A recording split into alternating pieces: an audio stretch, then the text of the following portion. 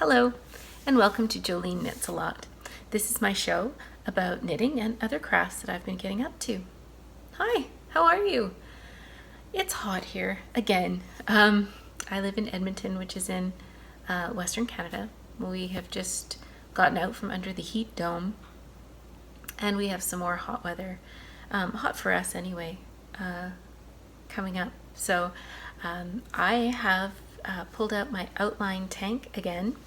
I don't know if you remember, but I finished this tank top a couple episodes ago, I think, and it has been getting a lot of wear since then. It is soft and super comfy. I love the fit of it. So it's been I've been very happy with it as a finished object because it's something that I have actually been wearing a lot, and that's pretty exciting when you talk about the things that you've made. I was recently watching a podcast done by Andrea Mowry, and she was talking about how when she first finished her first objects, her first knitted sweater or her first knitted things that she wore out in public, she was really self-conscious about them, and I think I can relate to that. I think it's hard to be confident when it's something that you've made by hand, and sometimes handmade gets negative connotations, like handmade is not as good as something that you may have purchased from a store. But I don't know about you, but I love wearing the things that I've made. I like when people ask me where I got it and I can tell them that I made it myself. I like that I can choose the fit and the color of the things that I make. I like the process of making them, and then I like wearing them. And I hope that you too can find some confidence and some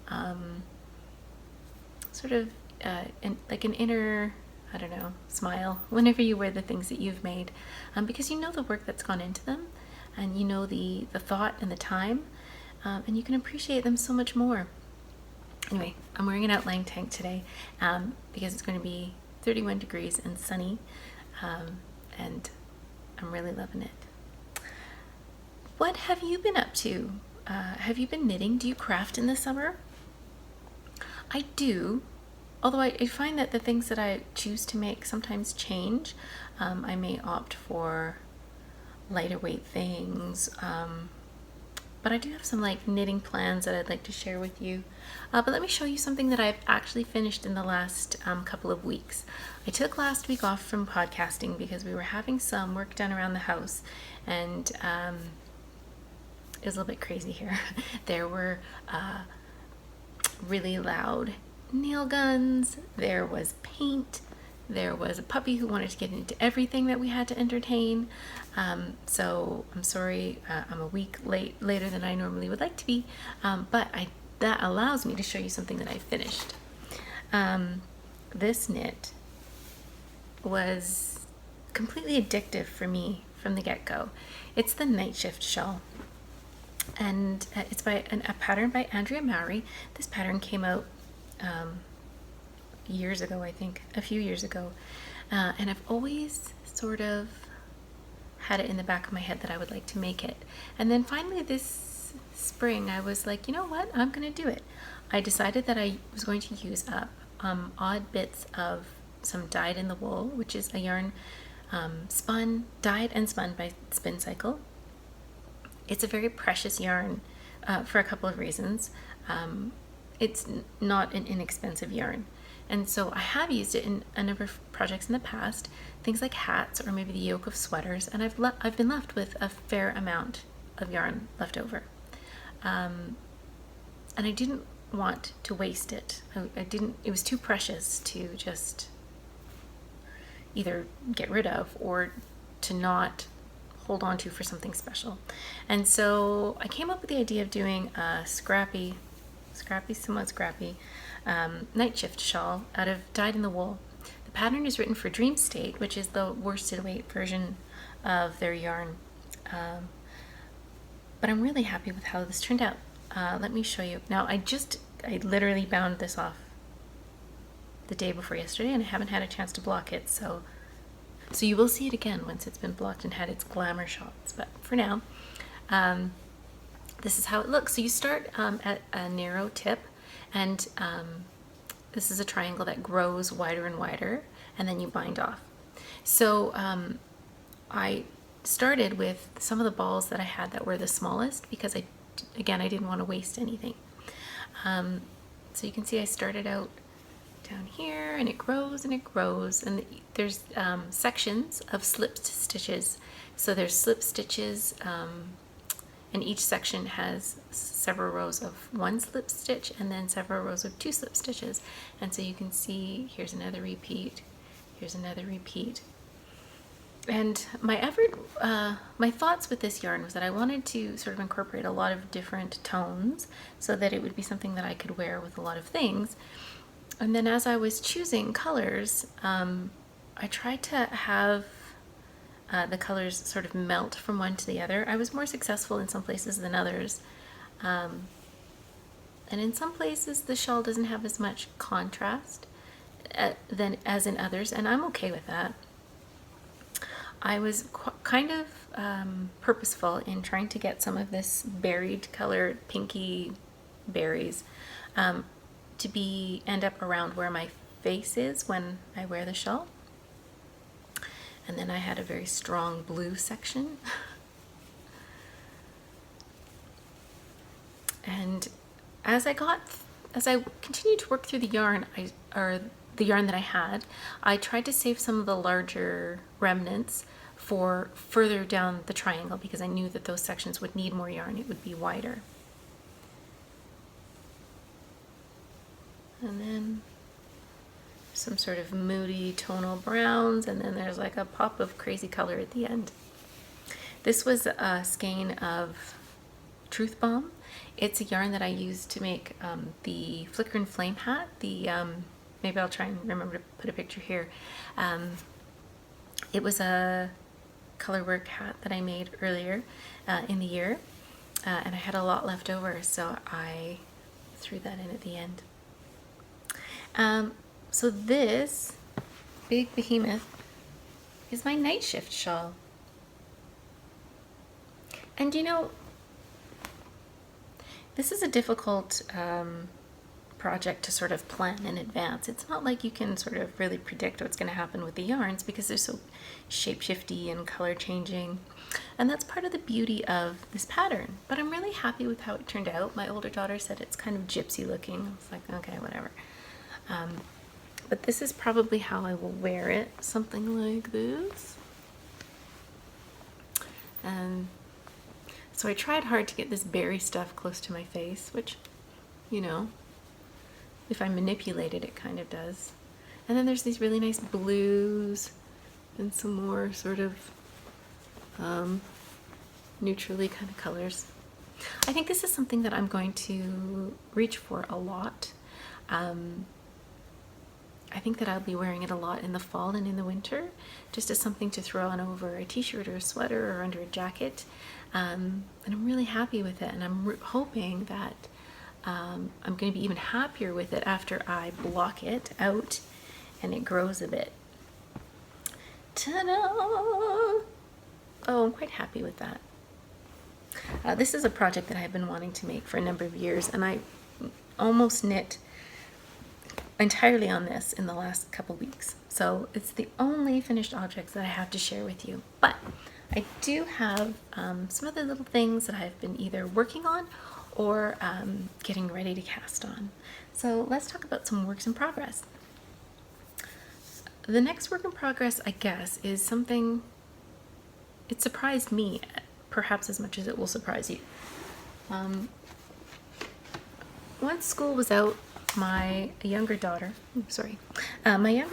wanted to start doing some needlework. I had ordered a kit to make an embroidered picture of a place in Alberta where I'm from called Lake Louise. Maybe I'll just throw in a picture of the kit here.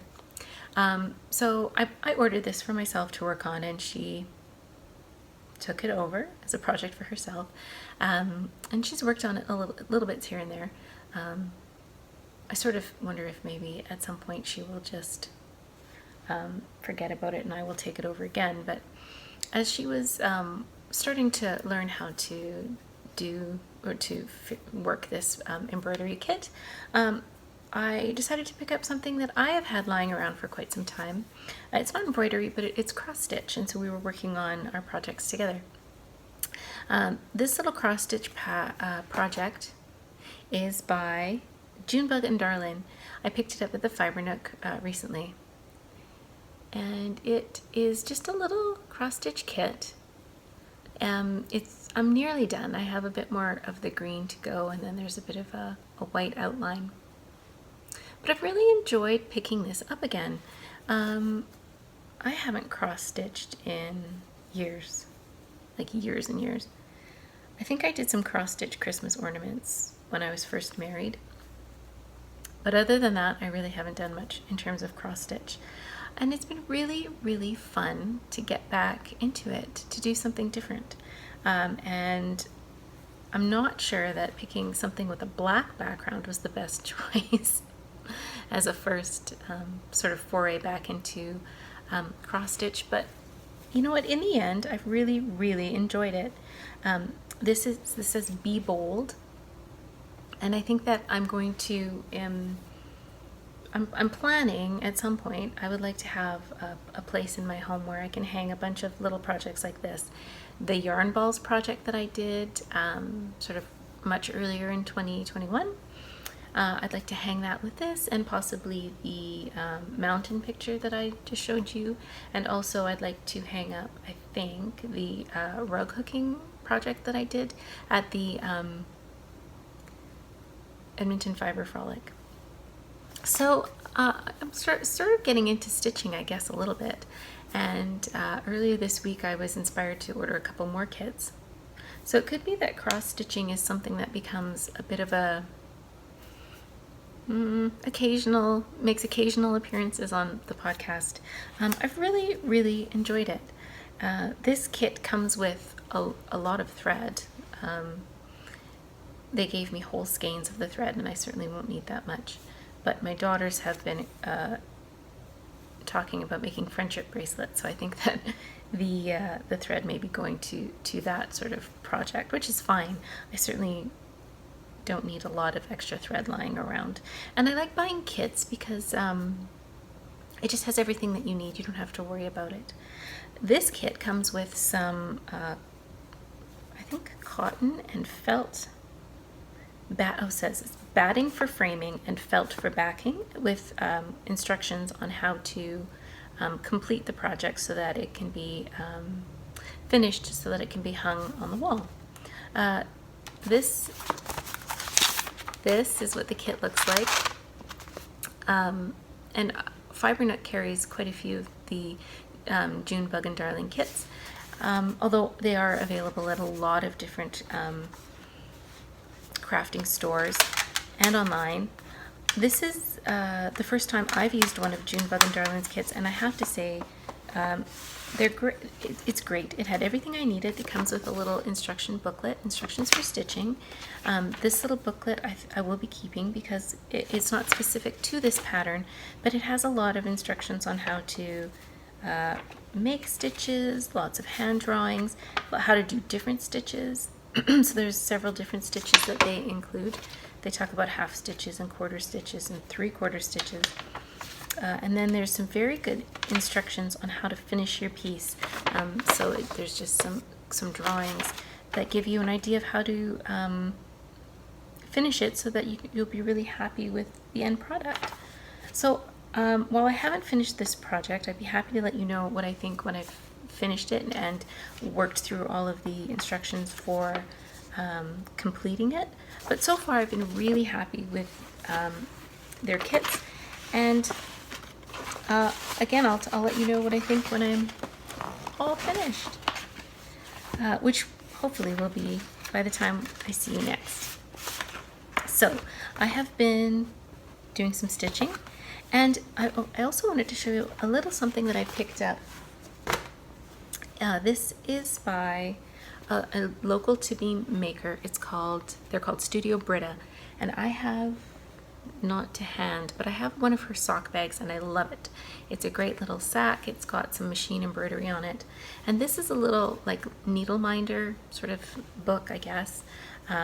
It's got a button and a little elastic closure. And when you open it up, it has a place for needles that you can just stick them in. And I have, these are the embroidery needles I have left over from my yarn balls project previously, and these are my cross stitch needles, which are just more blunt because they don't need to be sharp to go through the holes of the Aida cloth that you use for cross stitching. And then it's got a little pocket here where I keep some sharp scissors, and it's made by Studia Britta, which is a local to me maker from Edmonton, Alberta, and I just love this little book. It makes keeping all of the little things that I need for stitching in one place and easy to find. So that is what I have been working on. I did start a pavement sweater. You may recall I had started it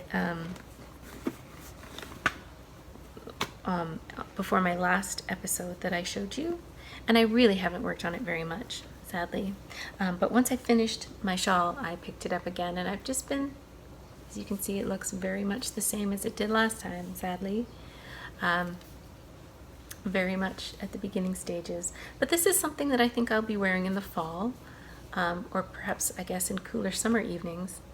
I do quite like the coloring of it. And not much progress, just still here. Still something I can pick up on occasion. And I do have some plans for next projects, because I usually have 2 knitting projects on the go, something a little bit bigger and something a little smaller. And so I wanted to show you some yarn that I have had sitting around in my stash for a while. This is tuku fingering, and I used this to make my original flea cardigan a long time ago, and I had saved it, thought about it, not really done much with it, but Andrea Mowry is having an accessories knit along, as I think I told you before, and I thought, you know what, now's the time to use this yarn up. So she's got a pattern called the honey socks, I think. I'm going to put a picture right here. Just some very sweet socks with some cables and some garter stitch. So I thought this, now summer would be a nice time to work on some socks. So I'm going to be working on those with some tuku fingering yarn. My daughters have started playing soccer games again, and I think this will be a good thing to work on the soccer pitch to keep me from yelling too much. So these are going on the needles at some point. And then, as I told you earlier in the episode, I have been wearing my outline tank a lot because it's been hot here, and it's a great piece for hotter weather. I can machine wash it. It washes really nicely. So I've been really happy with it, and I thought, you know, I could use another one. So I ordered some more of this same yarn. This is Mojave by Kilborn Yarns. It's a cotton linen blend, and I liked it so much the first time that I ordered it for another one. And this is the color that I got. Now, if I was smart, I would have the little label out so I could tell you what color it was.